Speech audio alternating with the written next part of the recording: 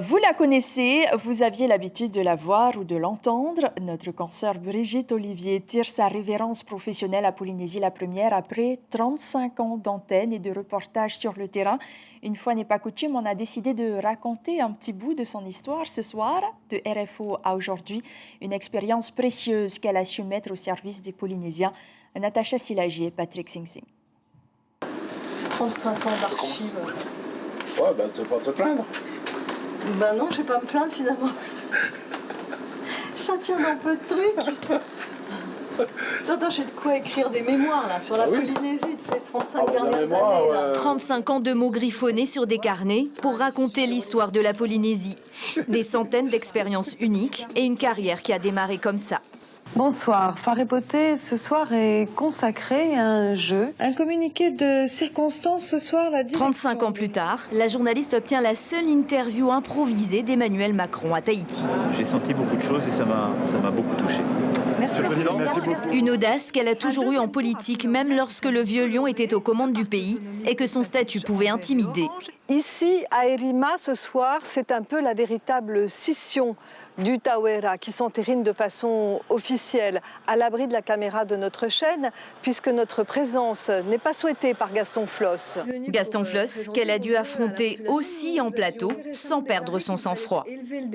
Ne pensez-vous pas que les émissions auraient dû ne pas se faire? Ça, c'était vraiment des séances. Je crois que c'est de tous. Mais c'est sur le terrain qu'elle se sent toujours le plus à l'aise, aux côtés de la population.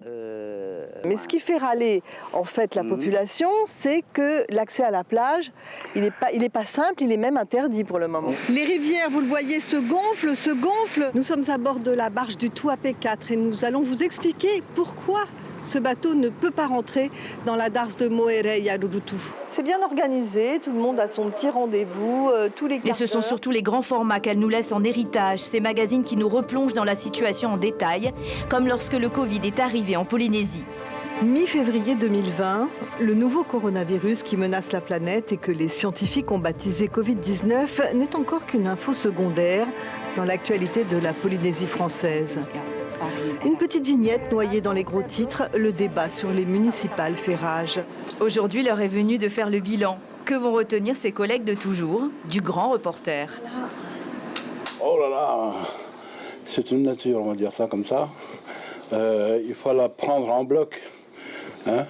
Bon, c'est comme ça, il y a des personnes comme ça. Bon. Il y a surtout le fait qu'il y a un fort respect pour la langue tahitienne, pour la culture tahitienne. C'est ça qui m'a véritablement plu en elle. Qu'elle aimait bien et jusqu'à aujourd'hui aller vers le peuple, si on peut dire, le peuple polynésien. C'était déjà une figure de Polynésie première. À l'époque RFO, évidemment, c'était rue du Mont-Durville.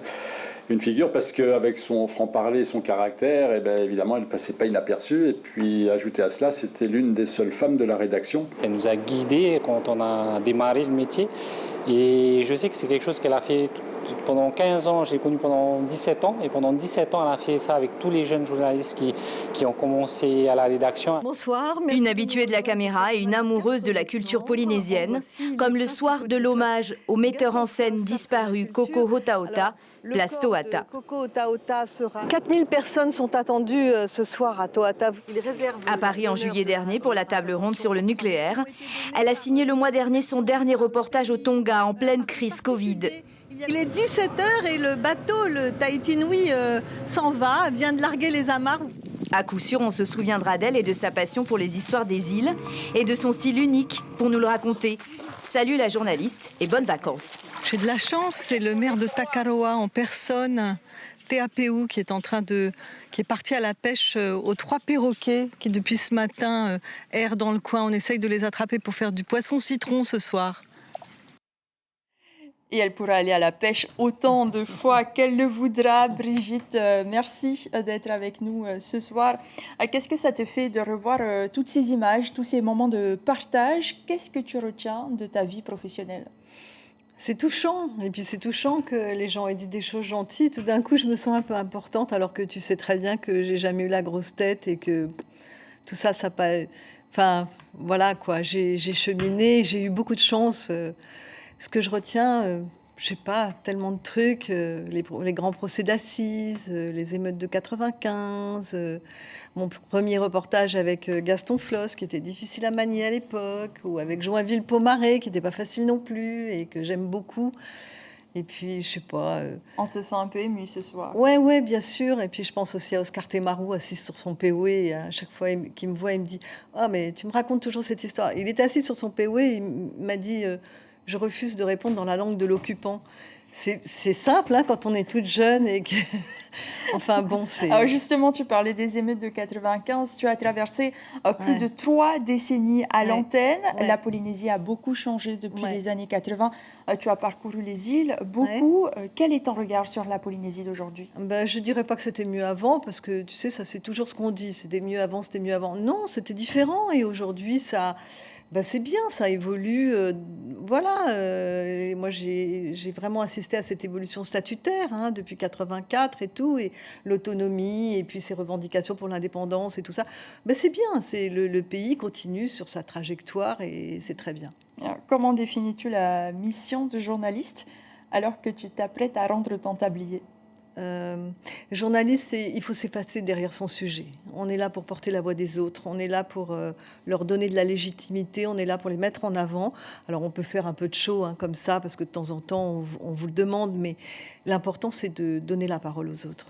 Et tu auras encore l'occasion de pouvoir signer des papiers, puisque tu prends ta retraite à Polynésie la première, mais tu continues un petit peu dans le métier. Je vais écrire quelques articles pour Pacifique Pirate Média, je vais faire des petites choses comme ça, mais juste pour garder un peu le training, pour pas devenir trop gaga tout de suite, quoi. Essayer de tenir un peu dans le temps, quoi, tu vois, de me faire un peu marcher le roro. Voilà. Merci beaucoup, Brigitte. Merci puis, nous te souhaitons de profiter de cette douce liberté que t'offre la retraite. Merci beaucoup. Merci. L'information en continu sur Polynésie la première, Internet et réseaux sociaux.